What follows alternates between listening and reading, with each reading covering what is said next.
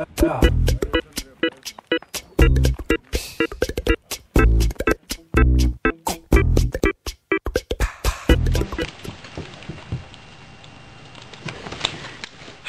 og tillykke med dagen. Vi har da lige været ude og snakke med et par stykker af de mennesker, der kender jer, for at høre, hvad de synes om jer, og lige klippe det lidt sammen. Så det kommer her. God fornøjelse.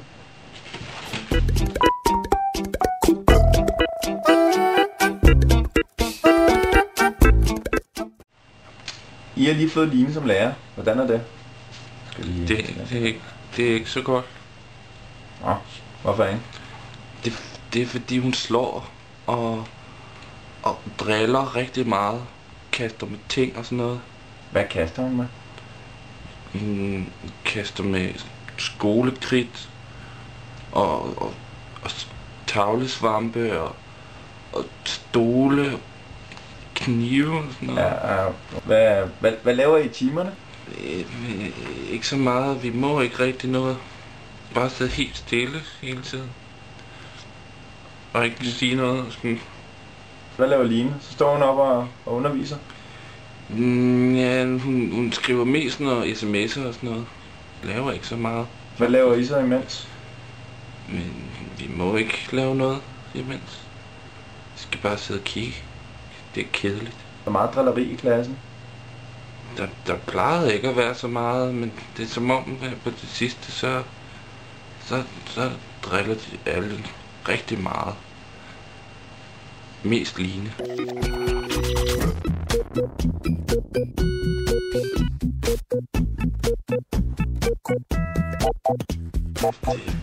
Det føles ikke særlig sjovt i hvert fald, det er helt sikkert. Er det kun dig, eller er det... Det er alle sammen, det er også det er alle børnene. Nogle gange også de voksne.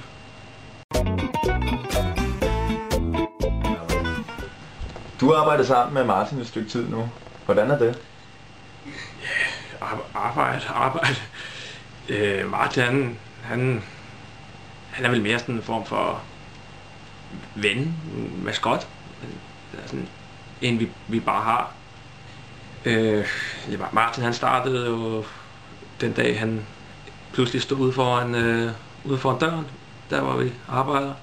Og så tog vi ham indenfor, og så lavede vi ham sidde ved computeren og spille sukkerball, og det er han ret god til, minestryger, og så nogle gange, når han bliver lidt ked af det, så får han lov til at sidde og tegne lidt i Paint, så laver han nogle hjemmesider.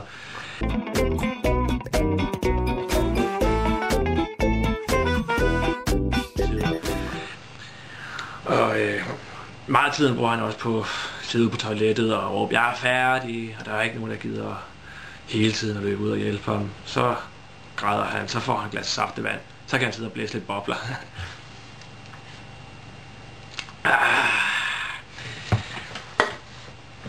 Når Martin bliver ked af det, når han for eksempel er faldet og slået sig, eller løbet ind i noget, han løber tit ind i ting, så trøster vi ham, og så får han en kuglepen eller en papirklips, eller sådan, så får han noget tilskud fra det offentlige, så kan han sige hjemme hos sin kæreste, at han får løn. Det er meget sødt. Han er meget sød. Han er ikke så skarp. Bum, bum, bum.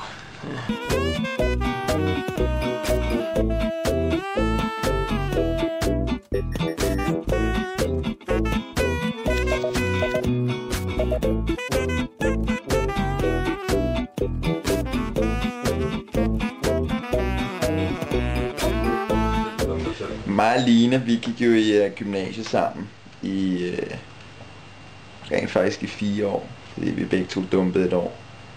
Og også det gode for eksempel efter vi havde gået det første år om, det var, at vi lige pludselig var meget ældre end alle de andre, så det var meget nemmere at mobbe de andre børn. Fordi der var vi jo lige pludselig blevet voksne, og de var bare dumme børn i mærkeligt tøj og sådan noget, som så mærkeligt ud. Vi kan godt lide det der med at mobbe rigtig meget. Især Line. Jeg tror hun hader børn faktisk. Hun snakkede også noget om, at hun ville have været togchauffør eller sådan noget af den stil. Men nu hørte jeg lige, nu snakkede noget om, at hun var blevet lærer. Det kan jeg ikke forestille mig. Line som lærer. Nej, hun hader børn. Det vil være helt skørt. Hvorfor have et job, når man hader børn? Ja, så skulle det da lige være for at mobbe dem. Hun elsker jo at mobbe. Jeg kan huske en gang mig og Line, vi var i byen sammen. Og så gad vi ikke med de andre, fordi de ville ind på en af de der steder, hvor man skulle være sådan lidt ældre. Der kunne vi bedre lige at tage til nogle af de der sådan nogle lidt mere ungdomsdiskoteker, fordi der var rigtig mange børn. Og så mobbede vi bare helt vildt. Det var den skæggeste aften, altså. Kæft, vi fik nogle børn til at græde, mand. Ja, det var tider. Men sådan er det vist ikke mere. Fordi at nu er jeg blevet indlagt. Der var også en anden gang, hvor vi lagde sådan nogle tegnestifter på lærerens stol. Og så lige da hun var ved at sætte sig i den, så smed Line sådan en kop brandvarm kaffe i ansigtet på læreren. Det var også skægt. Men primært var det mest børn, det gik ud over. Line hader børn. Line hader børn. Line hader børn.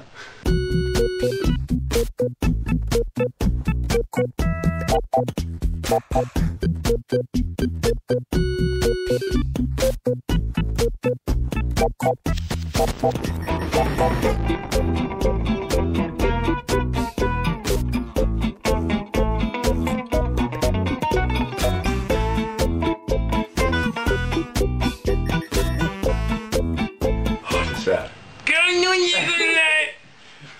Jonas, for fanden. Du har boet sammen med Martin i mange år. Hvordan er det? Det gav jo Santa Claus Palatsen om den Laksenstratzen, hvor det var fedt at bo sammen med Martin og Lorem. Lorem, det var fedt, man.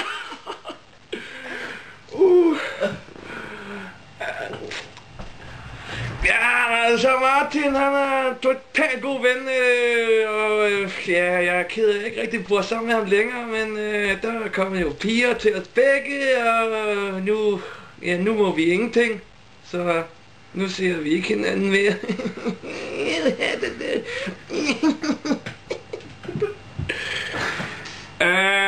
Altså Martin, ikke? Sidder og råber, Jonas, jeg er færdig!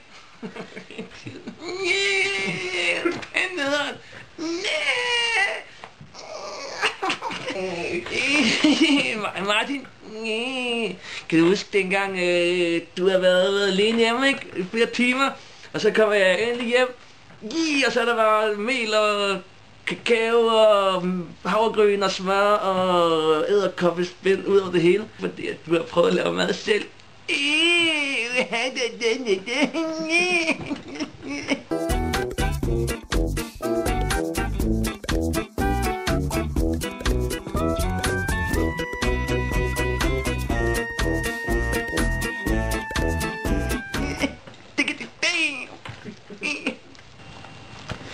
Ja, det var så det. Jeg håber, I nød det lige så meget, som jeg gjorde.